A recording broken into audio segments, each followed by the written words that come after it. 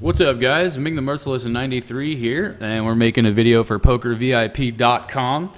Probably going to be a 4-part series playing 20 NL on the delicious global poker.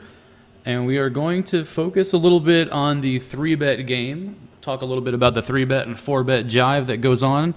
Now, it's difficult to say how much of that you're going to see in these games exactly, especially not when you get to the 4Bet and the 5Bet, because the player pool, for the most part, you learn how to go the next step as you move up in the stakes. So you might have players at 5 NL who never 3Bet unless they have aces. And then you get to the 20 NL games and they know how to 3Bet a little bit, but they don't know what the hell a 4Bet is or how that works. And then you move up a little bit further and dudes are 6-betting all in all day. We're going to see what we got. We got the Jack 4 suited. That's going to be a folding combination. We're not really going to dick around with that too much. 7-8 offsuit again on the fold. But anytime we have the opportunity to 3Bet, we are probably going to do so. And anything that looks like it could be a 4Bet scenario, we might get involved with that as well. As it stands, we've got a half-pot bet from Troop 234. Troop, however you want to call it. We have a limping strategy from a couple of dudes. And we're going to go ahead and call here. You want to look at the price you're getting. So it looks like we're getting a pretty spicy little price here, 9-1. Even though this hand kind of sucks, it's certainly reasonable for that price. We have a ace of diamonds in our hand, which gives us a 3-card royal flush, but we're not really going to do very much with it. It's definitely a board texture that interacts with a lot of hands. And anytime you're calling out of position, just to hit a diamond, you're going to need 2 cards here. To make something happen with this, we'd want initiative more than anything else. We'd want position or initiative. Those are very, very important elements. We don't have either of those things. Then the deuce in our hand doesn't really exist, so we're just going to get the hell out of dodge. Let's see what we got going on over here. It doesn't look like there's too much going on. I remember that Agent Craig guy, I think. I don't know. It's been a while. Definitely been a while, ladies and gentlemen. We have a pot-sized bet on this river, and we have the ace of diamonds in our hand, which is going to block some of the bluffs that there are out there. Tough for this to be a bluff. I don't know if our buddy Troop's going to want to call here with just a king. Probably not going to happen. We have ace-king, so that's certainly going to be a 3-betting combination for us. However, the jack and the deuce will not be. We don't get an opportunity to 3-bet, but we will go ahead and isolate the 2 limpers. The ace of spades and the king of clubs. We got to fold. See if we can get a little action here, a little something. We don't want any action. We'd rather just take the pot down. Just let me get that 70 cents and get the hell out of dodge. We get called by both players, and this is a bad board texture for us. This is going to be a low fold equity board texture and a low hand equity hand, so we're not going to really want to be betting in this spot. You're just going to have to check this back. You're just going to get roasted here. Our equity is garbage. You rarely are going to win this. You're just never going to win this pot, basically. And we just easily get the hell out of dodge. Yeah, it's important to think about who the board texture is going to be better for, how the hand is going to progress. How is the hand going to progress? What am I going to do? And over there, yeah, as you can see, we weren't getting folds from either of these dudes. They got the old illustrious 4-6 offsuit, Jack 4 suited. And we're going to go ahead and isolate again. We've got the ace-8 of clubs. We know that they have an extremely wide range. We don't really need to accrue chips in spots that are that poor, that previous hand. We don't really get chips in that spot. But when we do start to hit hands, then we're going to get the chips from them in spots where they're otherwise bleeding chips. They're going to win the small pots. We're going to win the big pots. That's the strategy. And we can go ahead and bet this board texture with the nut flush draw. It's not the best of board textures, but you are going to have sets here, and you're going to want to have some bluffs, and some of the better bluffs for you are going to be higher equity bluffs like pocket fours and nut flush draws, essentially. Flush draws in general. We have an open-ended straight draw. It is 2 flush draws out there. It's kind of a dicey spot because if we shove here, we don't really have any fold equity, and both players have called us. So you have to assume that one of them is going to have a hand like 8-9 on rare occasion. We have an 8 in our hand, and they're definitely going to have the 4x combos. They can still never fold 2 pairs or sets. So this is a spot where you want to take your equity. I think that was going to just simply be better than shoving the turn, because we have essentially two plays here. We could employ a really weirdo bet sizing, like bet a third pot, and then if we get called, try to shove the river, but that's not really a thing. Now, on the river, you'd have to assume that somebody would bet if they had a straight. That being said, it's still a bit of a scary spot to be bluffing where they can still have two pairs and stuff and not fold, so we're just going to have to give up. I don't know what the hell this guy's doing with King 10 offsuit. That's complete nonsense.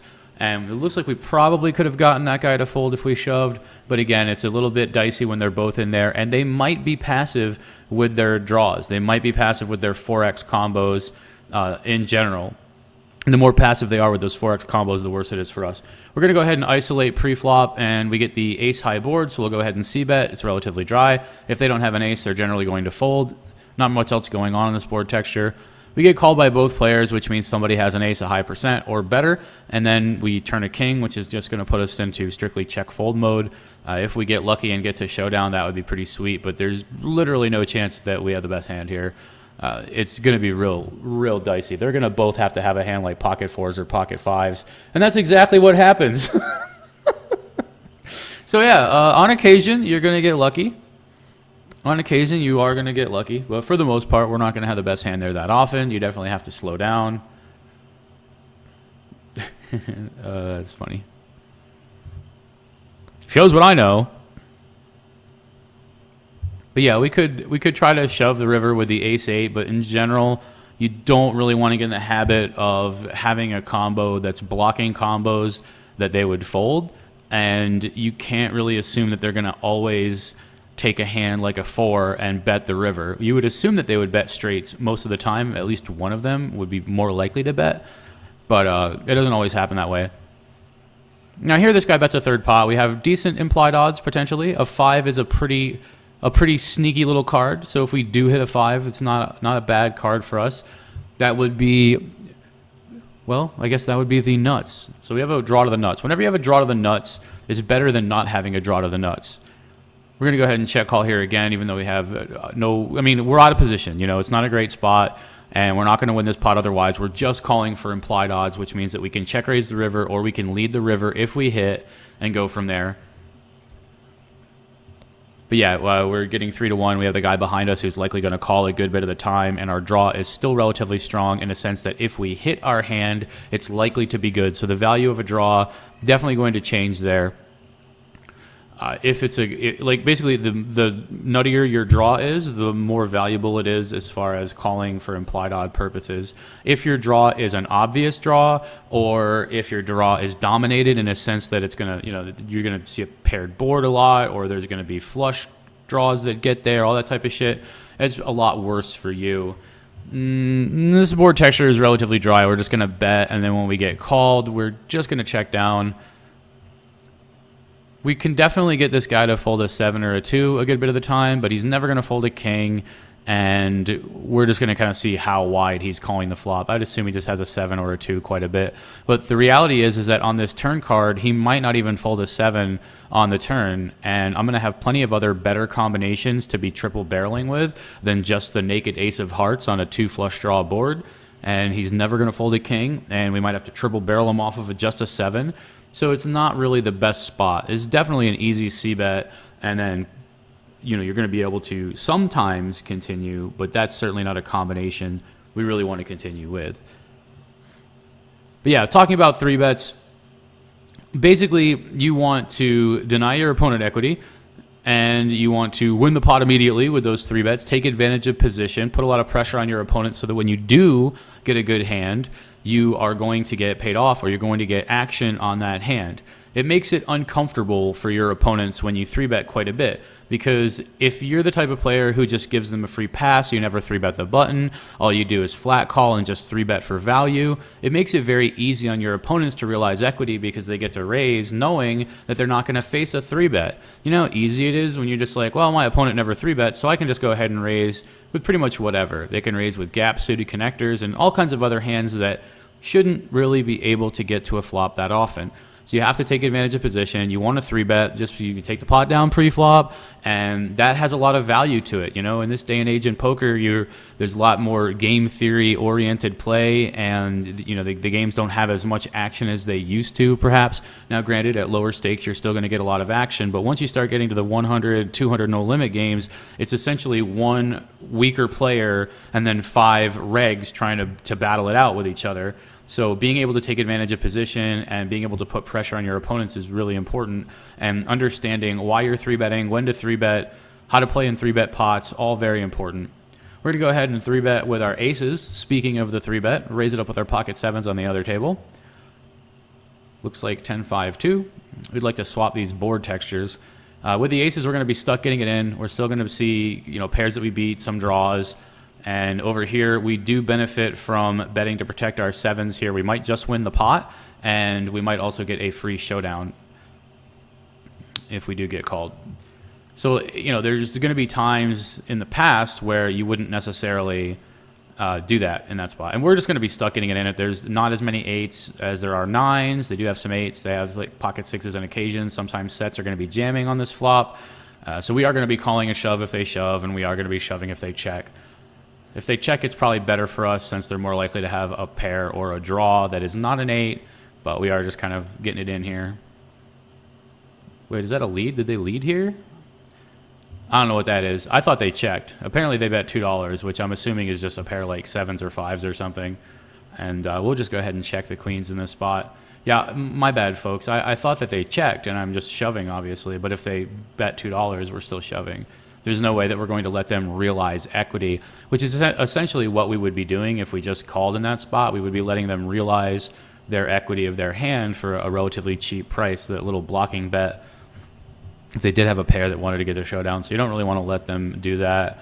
And I think we had the best hand here quite a bit. That river card is really bad because now we're going to lose to a hand like 3-4. We're also going to lose to any ace-x combo, which there's not a ton of when they're playing this way, but on occasion. The biggest problem is that it is a heart. So hopefully they just check back and we win, which is perfect. It's beautiful for us. But yeah, you definitely don't want to see a heart on that river. The fact that it's an ace is pretty reasonable, just because it's another ace, less likely to be aces. Troop never really is going to have an ace when he plays his hand that way by checking back on the turn. And we are definitely going to isolate here out of position and go from there. Get a bad board texture for us. Now, this is a hand that doesn't really need protection since there's only a king that would be a quote-unquote bad card for our hand. So if our hand is the best hand right now, then it's relatively invulnerable other than the king-x combos that are in the deck. And I think we just go for a little bit of value bet here. Exploitatively, we're not really going to get called by much, like maybe a jack. So we're just going to bet $1 into 2.6, and maybe we induce a raise or something. And it's not the best board texture. It's relatively scary in a sense that 9-10 is a straight. He probably doesn't have that. He probably bets a turn. And there's now 3 spades, which he might bet sometimes on the turn. But you never know. People are pretty passive, and they don't always bet their draws when they should. They don't always bet their made hands when they should. So you got to watch out. Sometimes they just come alive on the river. Wouldn't be a happy spot to be getting raised. Get the 7-8 of hearts.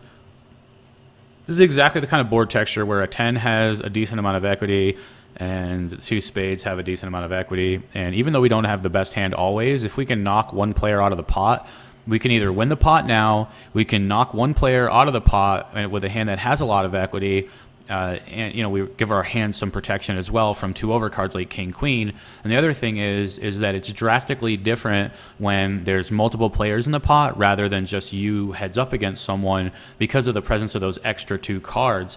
I mean, if you think about it, you know, heads up, let's say your opponent has 6 outs and he's going to hit the turn, you know, the 14% of the time or whatever. And then you think, okay, well, if you're with 2 players in the hand, now all of a sudden they have 12 outs, right? That's double. It's just a whole bunch of equity that you can deny by betting in slightly marginal spots, because it's a lot more difficult for both of your opponents to continue when people have wide ranges and relatively weak hands. We're just going to go ahead and check with the king. We're going to go ahead and bet the King X combo here. We're not super happy with it. And once he calls, then we have a kind of a binary decision. And maybe we get him to fold some aces, but I think he also is going to have a lot of diamonds. And if he checks the river, I think we can probably shove to try to get him to fold an ace. You know, when he bets like that, where clearly the jig is going to be up. You're going to check call here with top pair. 6-7 gets there on the turn. 5x of spades improves.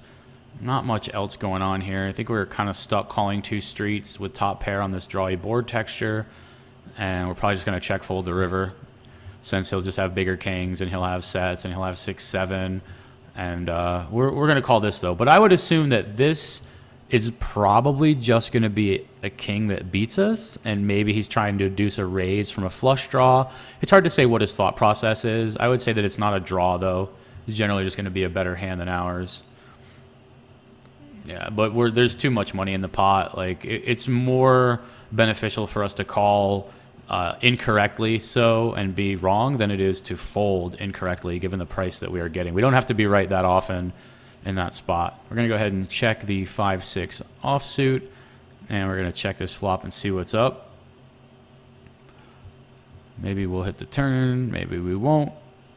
And we're going to head and probably just fold here. I don't know. This guy doesn't have that big of a stack, betting half pot. Let's call for the stream. All right, that's not a great card, but at the same time, he shouldn't really bet a 10 here that often. So when he checks back, there's a chance we could bluff him off of it on the river. Probably just goes check, check, and he wins, unless he has a deuce or something. Yeah, check, check, and he wins, unfortunately. If he bet the river, we might have been able to bluff him off of his hand, but he probably doesn't bet the river unless he has a hand that's probably pretty close to calling. As you can see, if he just has something like a 6 or a deuce, he's most likely going to just check back. And if he had something that would be better than that, there's a good chance that he's betting, and we're not going to have as many folds. Players tend to have relatively strong betting ranges on the river when they're kind of casual dudes. And if they don't seem like they're too bluff happy, there's a pretty good chance that they're just going to have a relatively strong hand. We're not going to want to get too involved making plays, trying to get guys to fold top pair. It's going to happen. Definitely going to happen on occasion. Just going to fold here with the limp and the quarter shove, the old arcade game going on between our two opponents here. Pocket nines on the first table.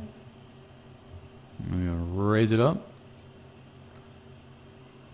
And we're going to call a shove from them very clearly. Who knows, maybe they are trapping us with their $2 stack, and maybe not. Get Electric Mayhem flatting behind us, the old dollar ball. We get a raise to 5.6. Now this is kind of a big raise. I mean, you'd have to assume... You just have to assume that we're not good here. We're either flipping or crushed. The raise is too big to call, and shoving is just going to be kind of spewy since it can have jacks, queens, kings, aces, and flips like ace, king. And it's not super likely that they're going to have a lot of hands like ace-8 suited or below. And it's not super likely that they have an insanely wide range. And it's not super likely that we're going to see a hand like 5s through 7s.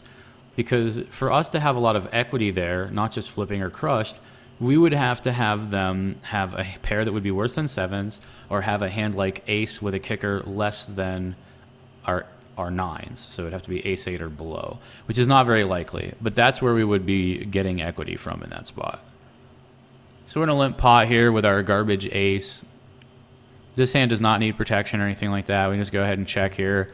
He checks very quickly. He probably doesn't have 10 jack. The best he could probably have here would be something like queen 5, king 5. And you know, he probably doesn't have king 5 because he checked the flop. So I'm just kind of assuming that we have the best hand here the majority of the time, unless somebody made a sneaky 2 pair. We are going to get called here at a decent clip. There are a lot of pairs out there, pairs that have gut shots. Doesn't look like we're going to get any action, which is not the end of the world. We're just going to limp it in with deuces here. We're out of position. These guys tend to be relatively call happy. So, you know, this is a spot where we could consider raising. Since this guy posted, we'll just go ahead and do that. We're going to put the old 3-bet in here. 3-betting with deuces is pretty reasonable. It's not a hand that I really want to be calling raises with in the small blind all the time, especially against late position raisers. And, you know, it's pretty good to be 3-betting here. He puts in most of his stack, And you're just gonna have to fold in a spot like this, you know. Like we're not really gonna be able to set mine, and shoving is again in the same vein as the other. We're just gonna hope that he's got ace king to flip with. But I like the re-raise pre-flop. I think that's perfectly reasonable. And as you guys can see, he ends up having aces there.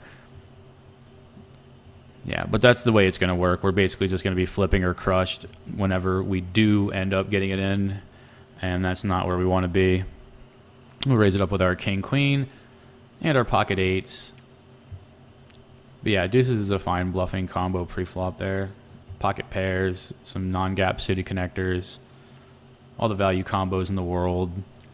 Man, can we flip these flops as well? Flip-flop, yeah. We're just going to check. We're in a three-way pot. We're out of position to two players. It's a board texture that's pretty reasonable for our range. Like, we have all the super strong hands, and they don't necessarily. But we're going to get floated quite a bit. Our hand is equity locked, and we're not... It's just not a great spot. You know, this is a board texture where it's a little bit dicey. Oh, that would have been a nice one, though. I think we'll just continue to give up here with our king-queen as well in the three-way pot. There's a chance we can bluff the river here with our king high and try to get them to fold essentially ace high, representing that we have some sort of a small pair.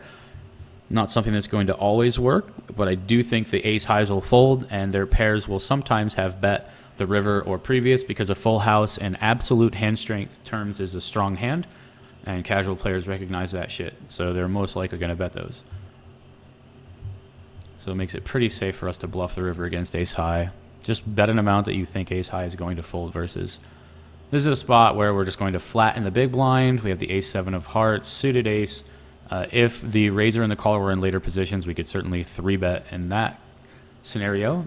However, this is not that scenario. This is just going to be a check fold mostly against guys who are habitual over c-betters. You can certainly make a case for check raising with a backdoor nut flush draw. But for the most part, we'll just get out of the way. Kind of go from there. So yeah, you have to be able to take advantage of position. You want to be able to 3-bet quite often. You know, against guys who 3-bet a lot, you have to start 4-bet bluffing some. And, you know, everybody and their brother knows to use a suited ace. They, you know, I use my suited ace to 4-bet bluff. And I think you can use a few other types of combos as well. There are three subsets of the deck. You got the low end of the deck, you got the middle end of the deck, and the top end of the deck.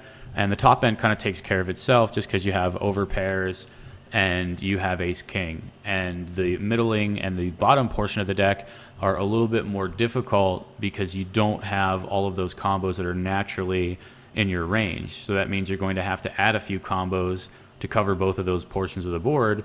And it's not that necessary in the super small stakes games, but it is good practice.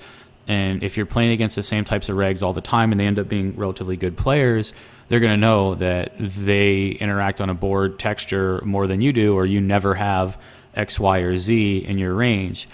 So, like, let's say you go ahead and you 4-bet, and then the board is 8-8-7. That's a pretty bad spot for you to be in when you have aces. You're probably going to be stuck getting it in anyway, especially when stacks get deeper. But, you know, they're going to have all the trips, probably not you. If they 3-bet from the small blind and then you 4-bet, chances they're going to have more trips than you are. That's going to be a fold. We have a decent amount of equity here, but at the same time, this is the type of hand with a third pair that doesn't really want to get check raised. We're not going to get a bunch of folds, and I kind of want to just check this back, kind of realize our equity. Get a good turn card, but we're still losing to 16 combos at queen jack. Those could certainly be in the deck. For the record, if the board was 5-6-9, I'd be way more likely to bet.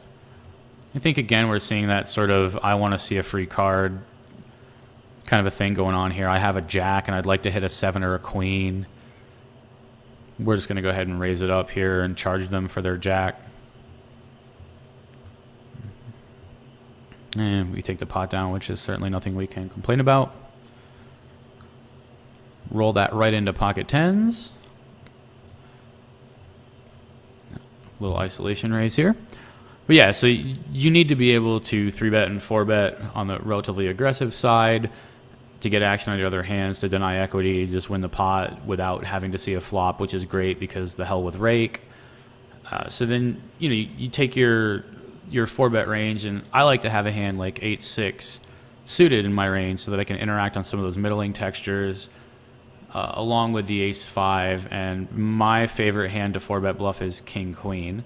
So in this spot, we don't really need to be betting with this combo. We're not really going to fold any jack or king X in their range. And even though we don't want to see some of the cards that are out there, this hand doesn't really need protection here. We're just kind of strong enough to check, and we could even call a bet in some scenarios. And I think we can actually value bet this on the river, to be honest with you. We're definitely going to run into a jack sometimes, but they can have tons of worse pairs and ace highs, and they never really have a king, never have deuces. So if they have like sixes or ace jack, queen jack, we block 10 jack. It's just a pretty nice spot for a value bet on the river.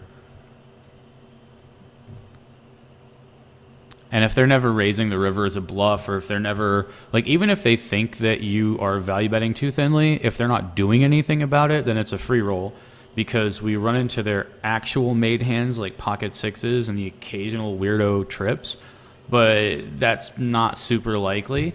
And otherwise, they're either going to call with a hand that's worse and fold otherwise. And they're going to call, they're going to fold. They're not really going to raise you that often. If they raise you, it's mostly hands that would have beat you if it called anyway. It's not like you have to call to see that he has you beat. A lot of the times they just don't have a bluffing frequency in these games. That's not to say that it's never going to be the case, and you certainly can't make light of it or completely disregard it, but it is something to consider. They tend to underbluff, so we should be overfolding. But at the same time, if you're reasonably sure that when your opponent checks one street that he would have value bet combos or bet combos in general that are hands that are basically hands that are dissuading you from value betting thinly in a river, if they would have played those hands differently, then you should be value betting. You probably value bet a little bit thinner than you think. Probably bluff a little bit more than you think too. You should be bluffing more. You should be value betting thinner. You should be betting more, damn it. Bet more. But yeah, these games, we haven't really had too many 3-bet, 4-bet situations come up. But I like to 4-bet king-queen offsuit, because king-queen offsuit is a hand that's always dominated, and it blocks the most of their continuing range. If you look at something like ace-5 suited, it definitely has playability, and it blocks aces and ace-king, but queen-king offsuit specifically is going to block queens and kings and ace-king. You're not really going to have another combo in the deck that has that good of removal. That removal is premium, and it's one of the worst hands to flat and flop top pair, because they always have ace king and ace queen. So if you're flatting king queen offsuit, you're getting dominated by their range that 3-bets. And I'm not saying that it's never good to flat. It's good to flat when they have a wide 3-bet range. If they're 3-betting hands like queen 10 and queen jack, then yeah, sure, king queen is perfectly fine. But that's not always the case. So the tighter their 3-bet range ends up being, the better it is for you to be 4-betting the king-queen offsuit, because it's more pronounced that the blocker is going to have an effect, and they're going to end up folding those ace-x bluffs. And that's the other part of it, is that you unblock all of their ace-x bluff combos, and you block the majority of their value range. So for me, personally, king-queen offsuit is my favorite bluffing combo. I don't even mind doing it from the button against the blinds. I do that, a reasonable clip.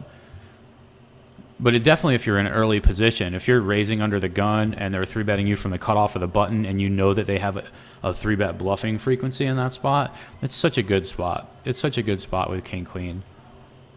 And we're just going to get the hell out of dodge here with the queen-7. Can't do much with it. We've got the ace-10 offsuit. We'll probably just play this hand and then go to the next part of the video. Never mind, we have pocket kings. We'll play this hand and then go to the next part of the video. I think we're going to get a 3-bet in against this V-Rod dude. Yes. Should we just go all in, guys? I don't think so. We're going to make it relatively large. We're a little bit deep. He has a tendency to be kind of on the random side of things so far. And, yeah, if he just folds, that's perfectly fine, too. We'll just take the dollar in the pot. But playing out of position, you definitely want to deny your opponent's ability to realize their equity. So if he has a hand like 9-10 suited in that spot, he has a lot of equity against a pair of kings, and I want to deny him that equity and make it a little more difficult for him to call and achieve his implied odds. All right, I guess we're playing ace-queen, guys, and then we're going to the second part of the video. Damn it. Let me out of here. Ace-queen offsuit. Come on, Corey. Let's do it. Come on. Come on, Sparkplug. I know you can do it, Corey. I know you can do it. All right, we're raising it up with our ace-queen, ace of spades, queen of clubs. We get flat called on the button by Scooter and the other guy in the blinds. This is a relatively dry board texture. We are going to get some action here, but then we also have a queen of clubs, which is not unreasonable.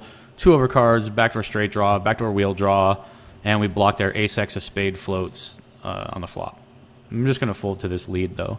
All right, guys, I'll see you in a couple minutes for the next part, or whenever the hell you guys see this posted.